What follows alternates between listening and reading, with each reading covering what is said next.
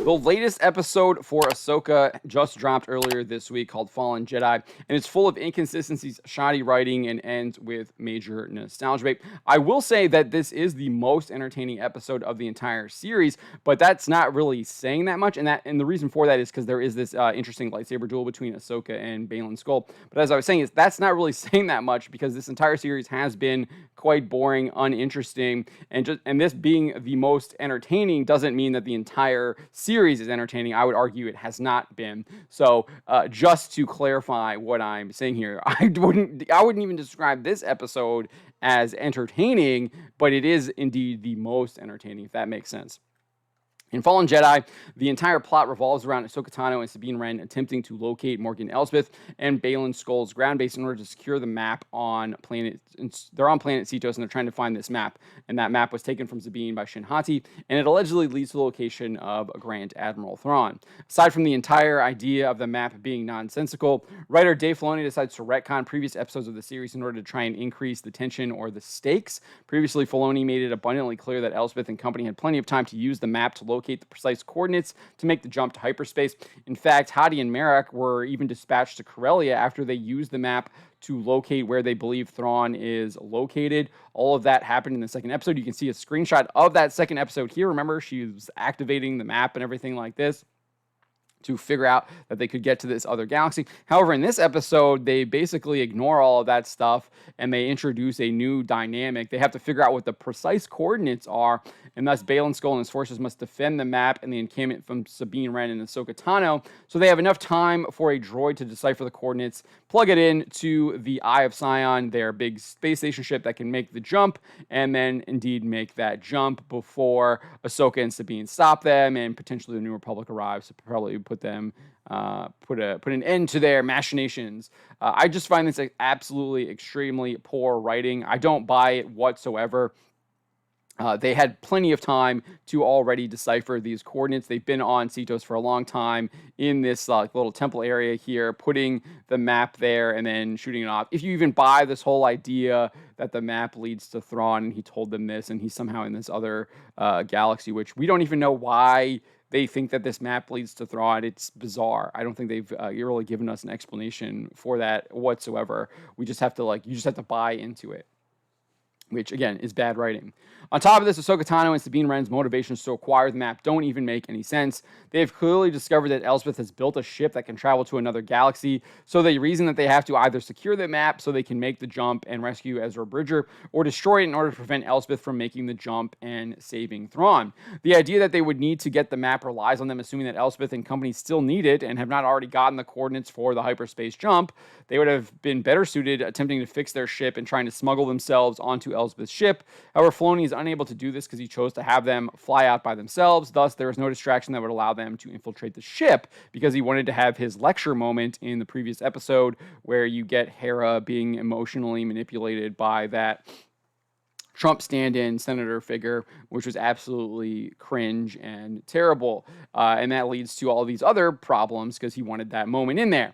Instead, what you should have had is you should have had Hera and the entire fleet going with Ahsoka to attack the Eye of Scion. You get an epic space battle. The actual stakes are they need to make this jump to hyperspace before they attack them. And this would have been happening literally right after they had the tracker on and that hyperdrive had been taken. And so that is the stakes. They're rushing to get the hyperdrive installed and everything like that before the New Republic arrives to stop them. And the stakes are on the antagonist to make the jump before. And then so in the heat of all of that battle, you would have maybe Ahsoka and Sabine or whatever, if you buy into any of this stuff, you would have them sneak on to the ship, get in there, and then they're transported. Then they make the jump with them, but Hera and the rest of the New Republic are kind of left in the lurch.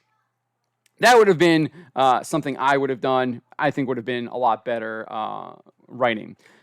Nevertheless, let's actually stick to the episode here rather than how I would improve it. And again, I kind of just thought of that on the fly right now as I'm recording this video. But he says, so let's go on here. Speaking of that, while Hera said she could not go and help them in the previous episode, she's apparently changed her mind and gathered up a number of X-Wings to go to the Denab system with her. It's unclear why she was only able to get 5 X-Wings and didn't just deploy the entire fleet. You've got dialogue that makes this even, you question this even more, because you have this, subordinate saying, oh, you can't go, you don't have authorization. And she's just like, watch me. And then when he says there's a meeting of the general staff and asks what he should tell them, she says, you'll think of something. And then even when her son questions her about why he has to listen when she doesn't, she tells him he can ignore orders when he becomes a general. Again, I think Rogue One actually did this better. You had, I don't even remember his name there, Admiral, I think his name was like General Radis or whatever, after Rogue One deploys to, I don't remember the planet right now. But deploys to Scarif, goes in there, infiltrates. Radis is like, okay, I'm ignoring whatever the Rebel Alliance is doing, and I'm going to do it myself. And he deploys his entire kind of regiment that is under his command. I think that would have made a lot more sense with Hera doing that. This idea that she's like, we literally had last episode, she's saying, I can't come out there with you. It's just not going to work. And now all of a sudden she's like, oh, I am coming. In order for that to work, you need to have some buildup. You needed to actually have her maybe having some kind of internal conscience discussions, like, I can't leave my friends out there, I really need to go. Like, you could have had that obviously with her son, like an interesting intimate moment with her son debating this. He could have been kind of that emotional push to get her to go. Like, those are our friends. Like, we know that they were just fighting these lightsabers. We need to go. We need to help them. And she's like, I have a duty to the New Republic now. These are my orders, or whatever. And you have that kind of conflict, and you actually get some buy-in to this idea where she's actually going instead of whatever they did here. It's like, just watch me go. I'm going. But then she only brings 5 X-Wings instead of the rest of the fleet, which is just ridiculous. Doesn't make any sense. So after Ahsoka, Sabine, and Hewangs are ambushed at their ship so then we get this, after that happens, we get this ambush at their ship by a number of faceless guards. They easily dispatch them. Ahsoka, Sabine sent off to find the ground base with Hewangs, while Hewangs continues to repair the ship and is ordered by Ahsoka to focus on repairing the communication terminal so they can attempt to contact Hera. I found this utterly ridiculous because if you recall, this screenshot here, episode 3, it gets cut off because their communications are being jammed. You even have Hewangs here saying, we've entered the nav system. All comm transmissions are being jammed. Apparently, we forgot that as well because Ahsoka is telling him to repair the communications terminal to contact Hera. Well, that doesn't really make any sense if your communications are being jammed. Again, no sense, given the previous episode made it abundantly clear that Elswith and company were jamming transmissions throughout the entire system. Something they discovered in hyperspace. Before they even dropped out of it. Hewangs informed them we've entered the nav system. All comm transmissions are being jammed. This is completely ignored in this episode as Hewangs eventually restores the communications terminal and is able to get in contact with Hera. Hera and her X-Wing pilots are easily able to communicate with each other as well without switching to a more local frequency or finding a way to get around their communications being jammed. I think there could be an easy explanation where there's mainly jamming long-range communications, or the New Republic has a way to get around jamming technology within their X-Wing fighters or something like that. They could have been easily explained. They chose not to do that, which is just a lack of attention to detail, which is this entire episode is lacking. Not only does Ahsoka order Hewangs to focus on repairing the communications terminal, but Hewangs offers his own advice to Ahsoka and Sabine. He specifically tells them to stay together. You always did better that way, in my opinion. This takes place actually after Hewangs gets ambushed. So you have this big fight with Hewangs with this other droid. There's like lots of banging and clanging. He's being shoved up against the ship. I don't know. I really have a hard time buying this. I feel like you can go back to Empire Strikes Back. They hear the noises from the Minox when they're on the asteroid with the worm and everything like that. You have that. They hear that. Well, Ahsoka and Sabine don't even hear what's going on here. It takes Hewangs in order to like turn off the entire power of the ship for them to realize that they're actually being attacked before they go on. And I just think that's just poor. I guess you want to have the fight between the two robots, I guess, which I just found unimpressive.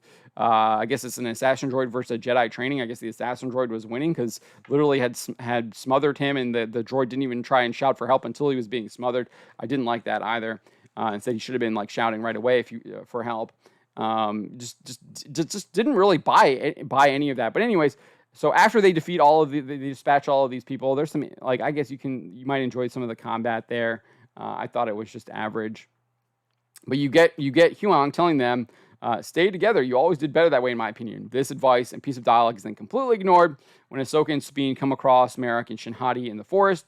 Ahsoka squares off with Marek while Shin-Hati pursues Sabine Wren. This makes absolutely no sense for Ahsoka to leave Sabine to face off against Hati by herself, given she was just impaled by the Dark Jedi.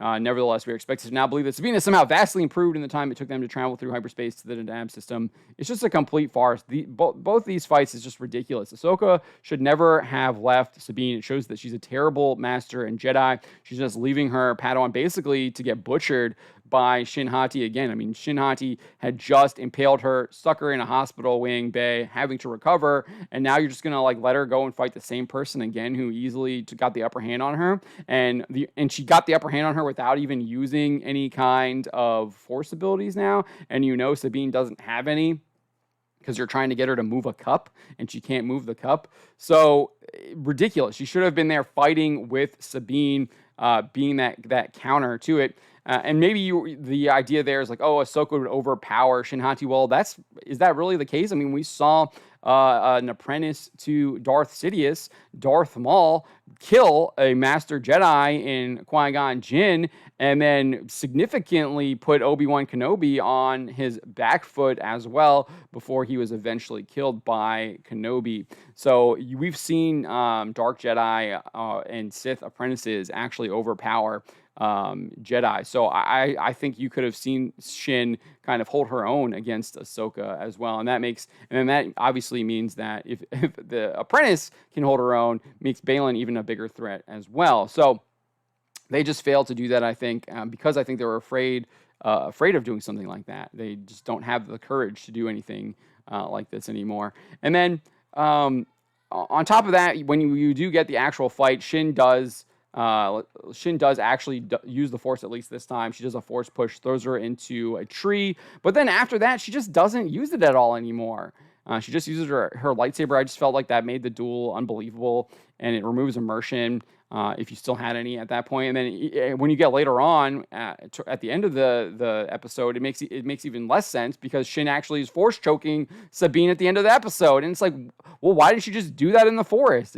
Again, it doesn't really make any sense. You should have been using Force power. Shouldn't have been doing any of this. And it's all because it's bad writing, plot armor to get things to where Dave Filoni wanted to get by the end of this episode. And it's truly insufferable.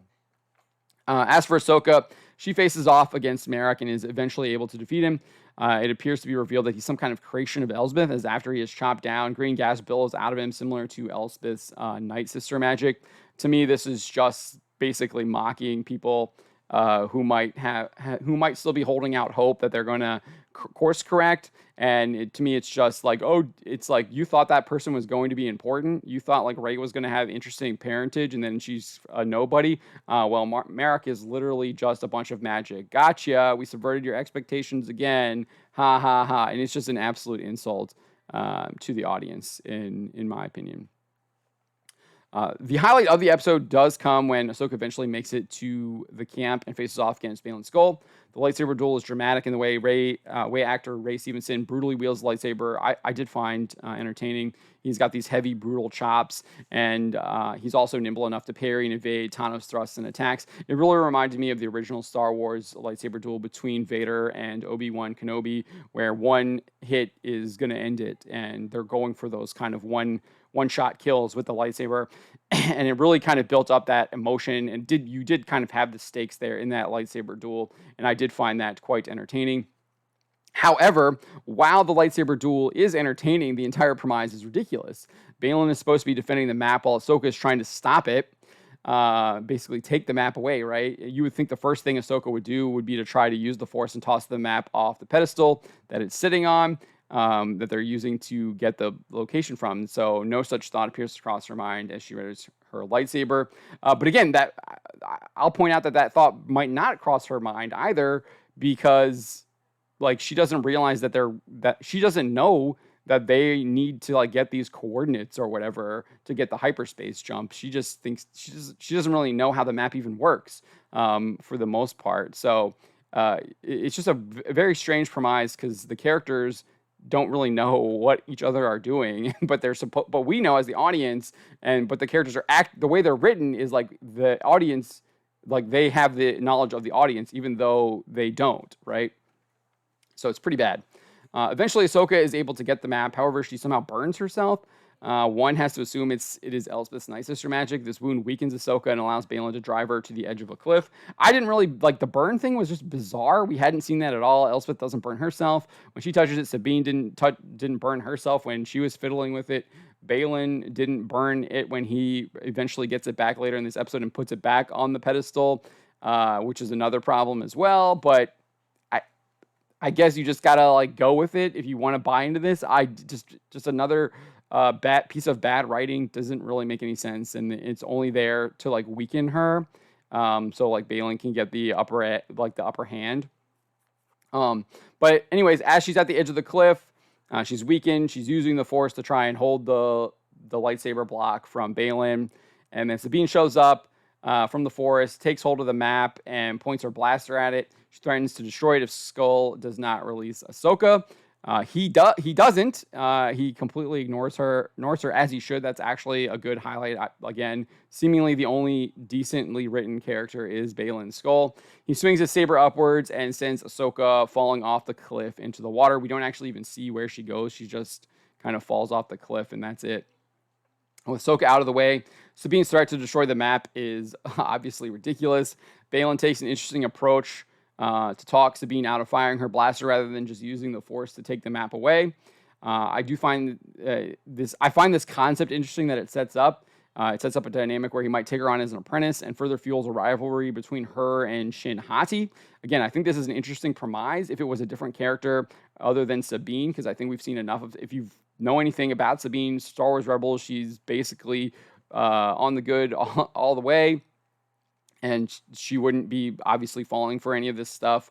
I think it would have been more interesting if you kind of had a hothead type character who is more easily manipulatable, more prey to falling to their emotions and listening to kind of what Balin is selling, and kind of going into that and then creating that rivalry between Shin and whoever that new character would have been. I just don't think it works with Sabine, and I honestly think it should have been better. It could have been way better executed as well, where you would have had like more of a build up to this character being more easily manipulatable, falling prey to it. Where I don't really think Sabine was even, there was no build up for that, so it was just it just sucked. And the payoff doesn't work because you don't have the build off, the work. You don't put in the work to get the payoff. With the map in hand, Balin then places it back on the pedestal. However, unlike the previous times when the pedestal is activated by Elspeth's Night Sister magic, it just reactivates with Balin physically placing it there.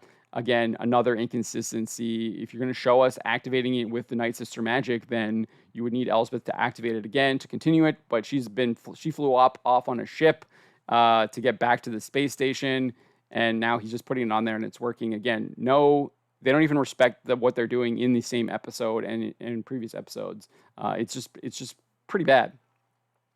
And like I said, we had seen Sabine, like, again, and then if you want to even get into this even further, like, this doesn't make any sense because we've seen Sabine activate the map previously without even putting it on this device, and then she was able to like locate the other galaxy's route even before it was placed on the pedestal by Elspeth.